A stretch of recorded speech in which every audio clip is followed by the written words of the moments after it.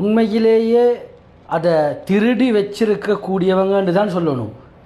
அபகரித்து திருட்டி வச்சிருக்கக்கூடியவங்க உலகத்தில் அவங்க ரெண்டு விஷயங்களை பயப்படணும்.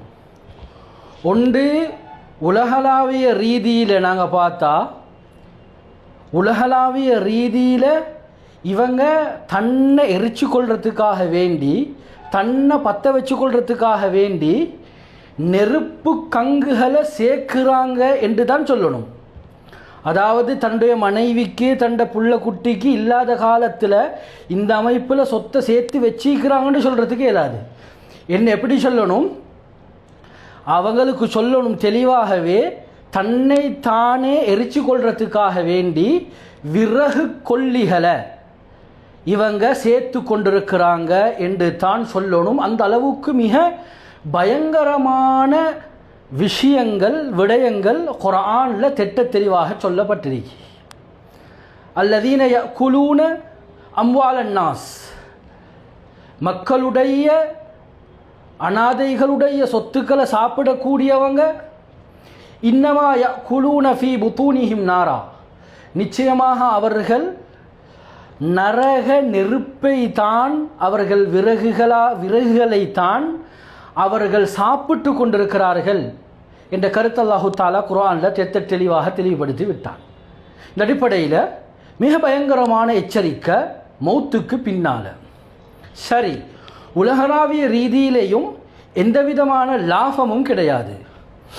அல்லாஹ் பாதுகாக்க, பாதிக்கப்பட்ட குழந்தைகள் மனசு நொந்து தஹஜ்ஜுடைய நேரத்தில் எலும்பி 2 ரக்காத்துக்கள் தொழுது அவங்க பதுஆ செஞ்சா, ஒன்று அநியாயம் இழைக்கப்பட்டவங்க, 2வது அவர்கள் தாய் தந்தைகளை இழந்தவங்க, 3வது தஹஜ்ஜுடைய நேரம், அல்லாஹு தஆலா முதல் வானத்துக்கு இறங்கக்கூடிய நேரம். யாரெல்லாம் இதை எடுத்து சாப்பிட்டு கொண்டு சந்தோஷமாக இருக்கிறாங்களோ இவர்களு பின்னால் இவர்களுடைய மனைவியோ இவர்களுடைய பிள்ளை குட்டிகளோ அதுக்கு பின்னால் சந்தோஷமாக நிம்மதியாக வாழ்கிறது மிகப்பெரிய கேள்விக்குறியாக மாறிடும். ஏண்டா, மிஸ்ர் நாட்டில் நடந்த ஒரு ஆச்சரியமான ஒரு சம்பவத்தை அல்லாமா ரபீஉல் மதுஹலி ரஹிமஹுல்லா அவர்கள் பதிவு செய்திருக்கிறார்கள். அவர்கள் சொல்கின்றார்கள், அந்த ஊரில் ஒரு குடும்பம் வாழ்ந்து வந்தாங்க. தாய் தந்தையர் வஃபாத்தாக ஆகிட்டாங்க. இப்போ அதில் இருக்கக்கூடிய ஒரு 2 சகோதரர்கள், ஒரு சகோதரி.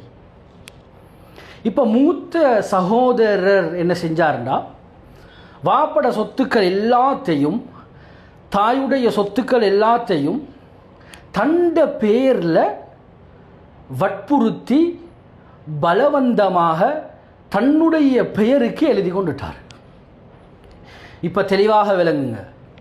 இப்போ எழுதி கொண்டதன் பின்னால் ஒரு நாள் இந்த சகோதரி போய் அந்த மூத்த சகோதரத்தில் கஷ்டத்தை முறையிட்டு, எங்களை வாப்பட சொத்துக்களை நீங்கள் எங்களுக்கு தரணும்னு சொல்லி கேட்ட நேரத்தில் 2 பேருக்கும் மத்தியில் வாக்குவாதம் வந்து அது மிகப்பெரிய கைகலப்பாக மாறி, சகோதரர் என்ன செஞ்சிட்டாருண்டா, அந்த வந்த கவலையில், இந்த ஆத்திரத்தில் ஓங்கி தன்னுடைய சகோதரிக்கு அப்படியே 2 அரைஞ்சிட்டாரு.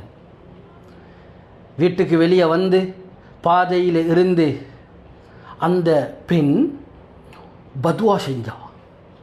உள்ளம் உடைஞ்சி விளங்கணும். இப்போ இந்த இடத்துல அல்லாஹ் யாருக்கு நெருக்கமாக இருக்கிறான் என்றா, இப்போ இந்த பெண்ணுக்கு அல்லாஹ் மிகவும் நெருக்கமாக இருக்கிறான். இந்த செஞ்ச துஆ பதுஆ ஒன்று செஞ்சா, யா அல்லாஹ் இவனை நீ நாசமாக ஆக்கிடு, இவனுடைய கையை சூகையாக ஆக்கிடு. அப்படின்னா எங்கட வாசலை செல்லண்டா, எல்லாம் இவனுடைய கையை நீ சொத்தி ஆக்கிடு. கண்ணியமானவர்களே, அல்லாஹ் இந்த துஆவை, இந்த பதுஆவை அல்லாஹு தஆலா ஏற்றுக்கொண்டான். ஏன்? மனசு உடைஞ்ச நேரம், மனசு அப்படியே கசிஞ்ச நேரம், கவலைகள் எல்லாம் வெளிப்பாடாக ஒன்றுபட்ட நேரம் அல்லாஹ் அந்த துஆவுக்கு பதிலளித்தான். ஒரு கிழமை போகல தன்னுடைய அந்த மூத்த சகோதரருடைய 2 கைகளும் அப்படியே அடித்த கையும் மற்ற கையும் அப்படியே சூகையாக மாறி சொத்தியாக மாறி ஒன்றுமே செய்ய முடியாமல் கை அப்படியே தொங்கிக் கொண்டிருந்தது என்ற இந்த சம்பவத்தை பதிவு செஞ்சு போட்டு அந்த மார்க்க அறிஞர் சொல்கிறார், நிச்சயமாக அனாதைகளுடைய சொத்துக்களை, அனந்தர சொத்துக்களை, அது மற்றவர்களுடைய சொத்துக்களை அபகரிப்பவர்களுடைய நிலைமை உலகத்தில் வெளிப்படையில் சில நேரத்துக்கு அது ஷோவாக விளங்கினாலும் உலகத்திலேயும் அல்லாஹ் தண்டனையை கொடுப்பான். மௌத்துக்கு பின்னால் இருக்கக்கூடிய வாழ்க்கையிலையும் நிச்சயமாக தண்டனையை அல்லாஹ் கொடுப்பான் என்ற கருத்தை மார்க்க அறிஞர்கள் எழுதுகிறாங்க. எனவே கண்ணியமானவர்களே, மிக பயப்பட வேண்டிய விஷயம், ரிட்டர்ன் பண்ணப்பட வேண்டிய விஷயம், உடனடியாக திருப்பி சொத்துக்களை கொண்டு போய் மன்னிப்பு கேட்டு அவர்களிடம் ஒப்படைப்பது மிக கட்டாய மௌத்துக்கு முன்னால எங்களோட கடமை என்பதை ஒவ்வொருத்தரும் விளங்குங்க.